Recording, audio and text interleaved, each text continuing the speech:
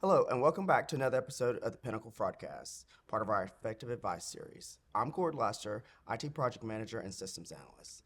Today we're talking about the human factor, people. We have Keith Thomas, our Chief Information Security Officer, to talk about this important topic. In my opinion, I could be totally wrong, but I feel like passwords in general are one of the hardest things to take care, like to manage, and especially because you have so many, or so many passwords. So I know for the company we have ways for us to protect our passwords, but for the average viewer that is watching, what do you suggest for them to do? What is there an app that they should use, or is there one specifically that you recommend that they manage all their passwords in? And then how often should they be changing those passwords? A lot of people have a lot of passwords, so They do. that's a lot of work. So this is a really, really broad subject, right? Yeah. And depending on who you talk to, you may get a slightly different answer. So here's my general guidance here, okay? First, wherever possible, go passwordless. If you don't have a password, then you don't have to worry about it getting hacked. Many online service providers offer some type of passwordless authentication. There's a lot of reasons why companies may not offer that, whether it's a regulatory requirement or some type of other certification body that requires a specific password and those kind of things in order to be certified. And so it's not everywhere yet, but we're seeing a growing trend of companies moving to a passwordless. Make sure you enable multi-factor authentication. That's going to be another huge one. Preferably use a phishing-resistant multi-factor authentication. An app on your phone that, yes, this is me, or you punch in a number, type in a number from a token. That's going to be a big thing versus a text message. While there are attacks against text message-based multi-factor, it's still better than nothing. I would rather at least have a text message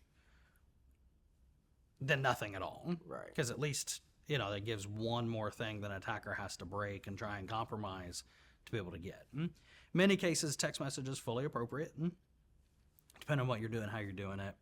But again, try and shoot for that phishing-resistant MFA if you can. Aside from that, you were talking about a password manager. I don't know that I would recommend any individual company out there. There's a bunch of them. Find a reputable one online. I can think of about a half a dozen big names out there that are kind of the cream of the crop. And those, you want to stick to something that's good.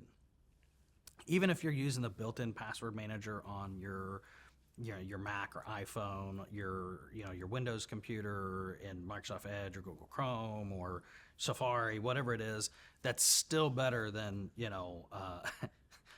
I laugh because I went over to my in-laws' house not too long ago, and they had a password book where they had all their stuff written down, and I was like, let me get you a password manager.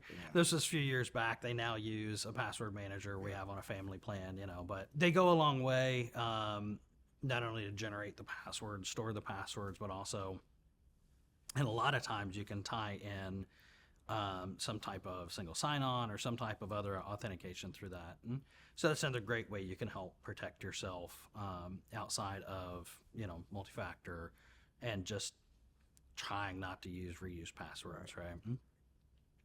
Aside from that, the other advantages that you go into when we talk about changing your password, this is a hot button topic in the security community right now. For years and years and years, all of us were taught change your password often, every 30 days, every 60 days, every night, whatever. Make sure it's long.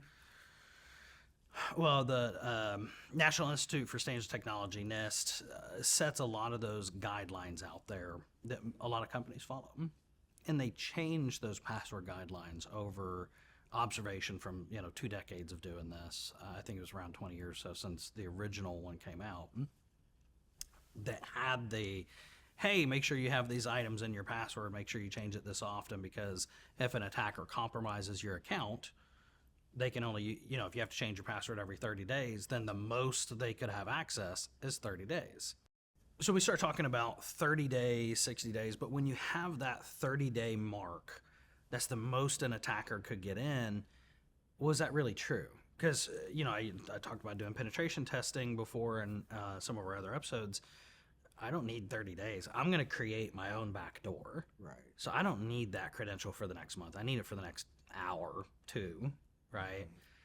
And so that dwell time still exists. And what happens is we create more problems and with larger security issues by having those frequent password changes, because humans are forgetful people. Right.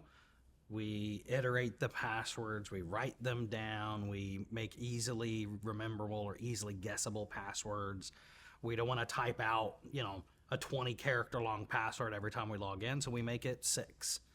Those kind of problems actually create more security risk for us than if I just didn't even have a password expiration. You only change your password if you suspect there's a compromise, those kind of things. And that's a lot of what those new recommendations boil back to, and why this is such a hot button topic, because regulatory bodies, certification bodies are looking for that password complexity, length, reset timers. But the new guidelines based off of actual information goes back to, hey, instead of relying on a password and a refresh cycle, just change the password if you suspect there's a compromise, and make sure you implement multi-factor, make sure you put in these other things instead of just relying on the password, because that's never going to be secure no matter what we do. So stop trying to make that the secure part, because it's just, we can't, we're human.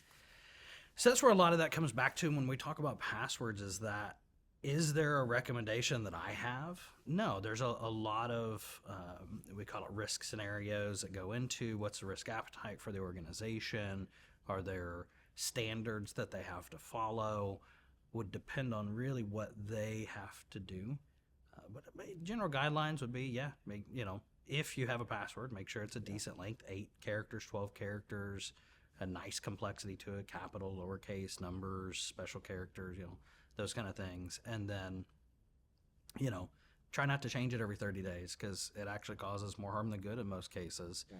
Make it something reasonable that's within your, standards or regulatory guidelines or whatever's required. And please add multi-factor, those kind of things to it. And, you should be good. Yeah. That's very good information.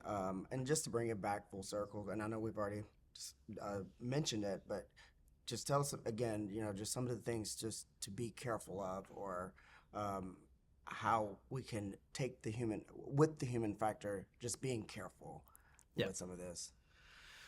Being careful falls down to a lot of the same guidance that we always give, right? And that's slow down, think about what you're looking at, think about what you're doing. I get an email that says I need to change my password to something. I didn't click forgot password. Don't go change the password. Don't click on it. I didn't expect that shipping notification. Don't type your credentials into that website. Look at the top and make sure it's actually, that shipping carrier or that, online retailer, And so it's very important just to slow down, look at the context of what you're doing. Make sure you use different passwords, at all the different websites. I know it can be frustrating, which is why we also recommend use a password manager, so it can suggest a 16 or 20 character password, and automatically, you don't even have to type it, it'll just fill it in for you. Makes it a lot simpler, less error prone, and less easily guessable.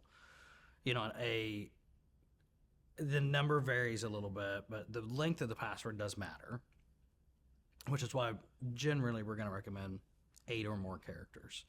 Modern graphics cards that are in your computer that we use for things like Bitcoin mining, stuff like that, those same rigs can be used to break up a password. So if I look at a 4-character password and we run it through one of these systems that are just designed to do it, it's less than a second for us to figure out what that password is. 6 character is probably less than a second, but no more than 3 seconds. When you start getting an 8 character, 12 character, 16 character, you start getting into reasonable lengths of time, where sometimes it's minutes, hours, but then you start getting into years and millions of years in our current computational capacity to be able to crack what those passwords are. And that's why we always, make sure it's a good length. But if you're using a password manager, you don't got to worry about it. You're going to fill nothing out, So that's gonna be the last thing. It's kind of just tie that into make it a really good link. The longer is better. Every website's different. Those kind of things. Well, that's good information. Thank you so much. Appreciate coming and sharing this on this important topic. You can find more information at pnfp.com/fraud.